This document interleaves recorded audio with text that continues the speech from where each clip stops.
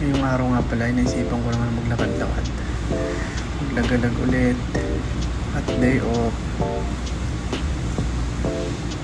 Kesa umiga ng umiga. Dito nga pala ay R10. Bumaba ako ng R10 red lane. Tapos lilipat ako ng orange lane. Tamang lakad.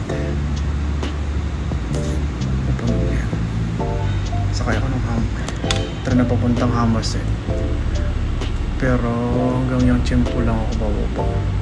May ibang daan pa pero dito lang ako lagi sumasakay kasi mas nadadalian ako sa daan dito.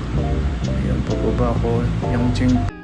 Ang pagpapatuloy ng aking pag-iikot dito sa Pier 2. Nakita ko nga dito si Bumblebee. Ayan, ang laki. Selfie muna tayo.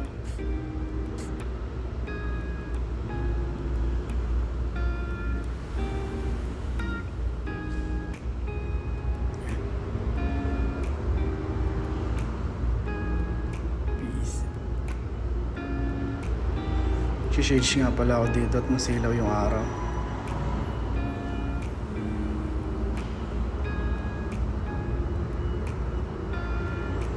Yan na.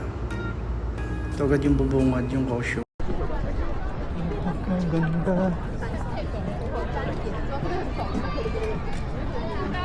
Sa araw.